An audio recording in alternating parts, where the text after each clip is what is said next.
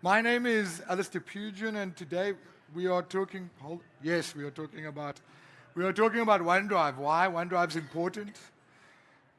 Why OneDrive is important when you talk about SharePoint, and why OneDrive is important when you talk about Teams, and some of the use cases. Also, OneDrive is not just that cloud storage thing. Because a lot of people seem to think that it compares to a product like Dropbox or Google Drive and so forth, so on. So I want to talk a little bit about how all of these things work together with what's in the cloud. Because OneDrive is also a sync client, and a lot of times we miss what the sync client does for OneDrive. A little bit about me. My name, Alistair Pugin. I work for a company called Tangent Solutions in South Africa. They write code, I don't. So it's always an interesting conversation to have with the people that I work for and with. I have a podcast called Two Guys in SharePoint. So if you are bored and on the way to work in a train, please dial in. I also part of Regarding 365. Head over to regarding365.com. We have a Medium publication, and we've got a YouTube channel, and I've got a conversational piece that lasts about 15 minutes a week with a friend of mine, Lawrence Strand. And that was him shouting in the back. I got support here. All right, I've got 15, 20 minutes to get through quite a few things. Do you want to leave? Right.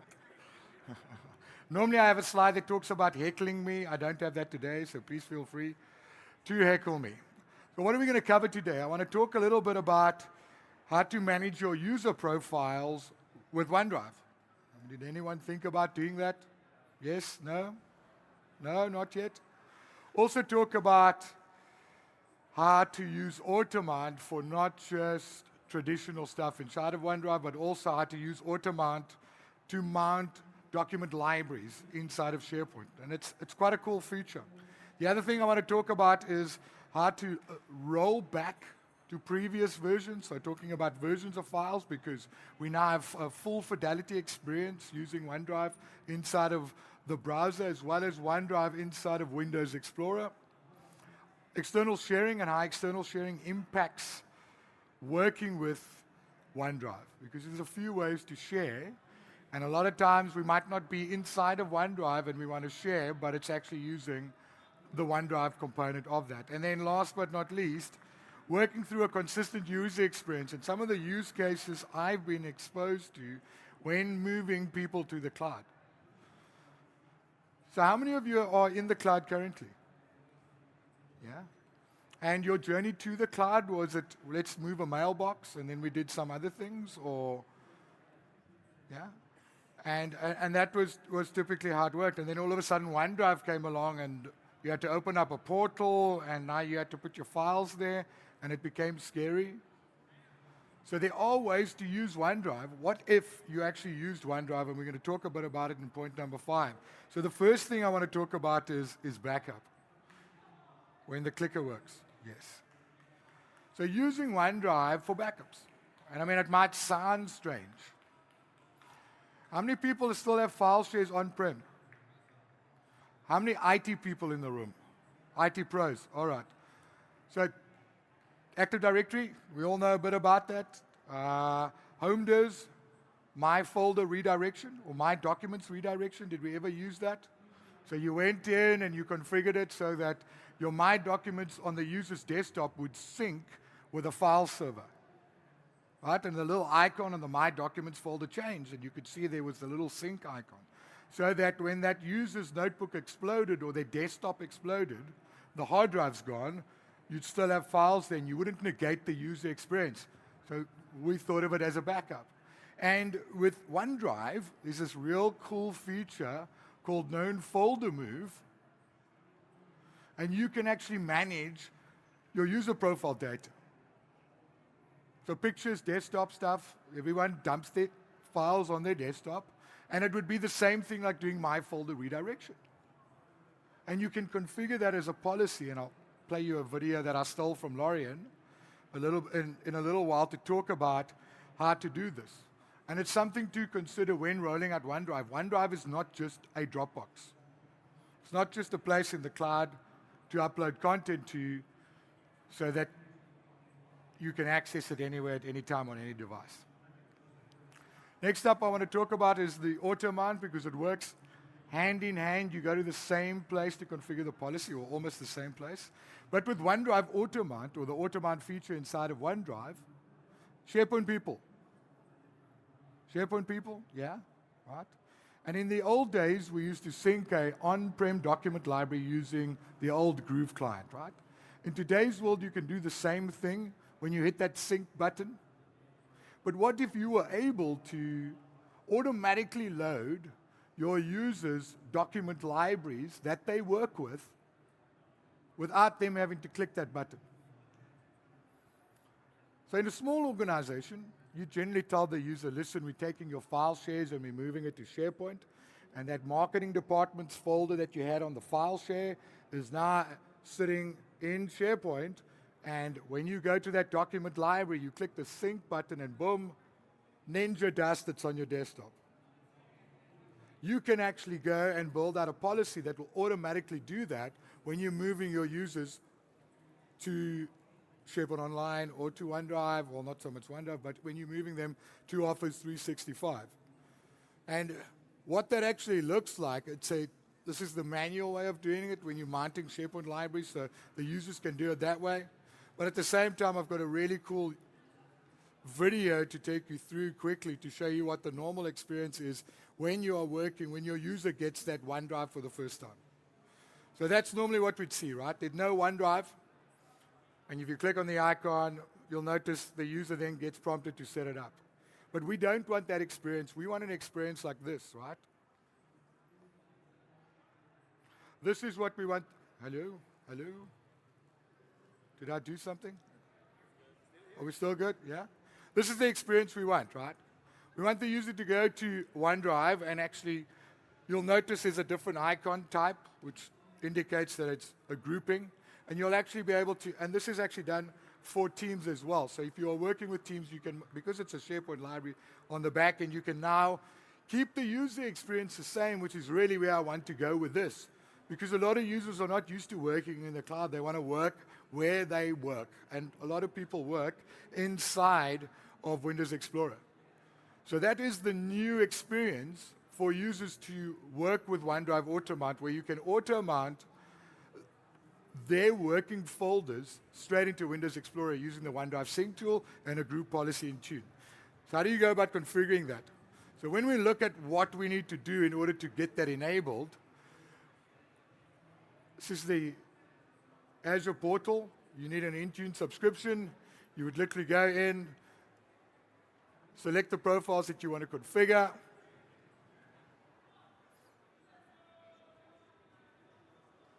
And this allows you to go and build out the group policy that when the user logs in, it will automatically mount the folders and the libraries that they have access to. So you'll notice it's all built there. You can add it directly. And it also talks about the known folder move that you want to enable. And in this case, we're going to drop in the tenant ID, and we're going to grab the subscription. We're going to grab, next, there we go. And we're going to be able to filter through that so that we actually provide them with the same user experience that they used to, but we manage where the content is, and we have all the rules and governance that come with using SharePoint document libraries in a default Windows Explorer experience. And that sync is just to get the library ID. It's not that the user has to do this. So we dump the ID in, and now when the user logs in, it will know that these document libraries should be automatically synced using the OneDrive sync tool back down to their desktop. And there's a few other things that you can actually do. With files on demand, you can define either does it automatically download the file so that sync actually happens in real time. It's not just sitting inside of, it doesn't push the actual document down to the desktop. It's the little icon that says if I click on it, download it. All right, the next thing I want to talk about, because we're running out of time and we're burning daylight, and I've got 5 minutes left, I think. No, quarter past, I've actually got 10 minutes left. So versioning. A few things about versioning before I jump into it. Who all uses versions when working with document, right? Yeah. You know that you can set a version limit, right? Yeah? So when working with versions, you don't only have it inside of your OneDrive store in the cloud, you actually have that full fidelity experience when working with OneDrive Sync client inside of Windows Explorer. So you get the same experience working with that when you are working with it in the cloud or on-prem. And the nice thing about that is when you want to roll back, you can roll back. I don't suggest you use versioning as a form of backup, but it's nice to know that you can actually roll back. The biggest problem, and a lot of people laugh at me when I talk about it, is when I edit a file, I've got this slide deck and I want to use it again for another conference. So generally what I do is I open it and I start editing it, and then I want to hit the File, Save As button. But once I start working with OneDrive or any document that's been synced, it automatically saves. So I spend the first 25 minutes editing a document that is overwritten. So that's where versioning comes in, where you can roll back, which is quite nice. So just a caveat, when you are working with documents that are synced with OneDrive, make sure that if you are going to use the same document for whatever the reason, save it as a copy of that document first before you start editing it. Otherwise, it's automatically going to save it back. So versioning is there. You can do major, minor versions like you can do in SharePoint. The thing is, OneDrive is SharePoint. They just gave it a different name. And it has all the SharePoint features. That's a document library that you're looking at. Same functionality, slightly tweaked. And for the SharePoint people, that will make sense to you. This is the My Sites that you had in SharePoint on-prem, is now what you're seeing. All right. Moving on, how many people share documents here? How many people share documents externally? How many people have IT departments that don't want you to share the documents externally? Yeah. And like Lorian says, those same companies typically allow you to use Dropbox. So I don't know what the problem is. Or also have the features in where you can attach a document to an email and mail it externally. So it's the same thing. But when we start talking about sharing things, you need to know when working with OneDrive. Sharing is not necessarily on by default. There's various ways to share. You can use Azure B2B and B2C when it comes to that. The user experience is pretty much the same. So you can go give people access either from the portal or from Windows Explorer, but understand the impact it has when working with other tools. When working inside of Teams and you're having a one-on-one chat with someone, be it internally or externally, when you attach a document, even though it's not in your OneDrive, it's going to upload it to your OneDrive, and you're going to share it from there with the person. If external sharing is not enabled in OneDrive, even though you're sitting in Teams, you will not be able to share that document. It's the same when you allow external guest access into Teams.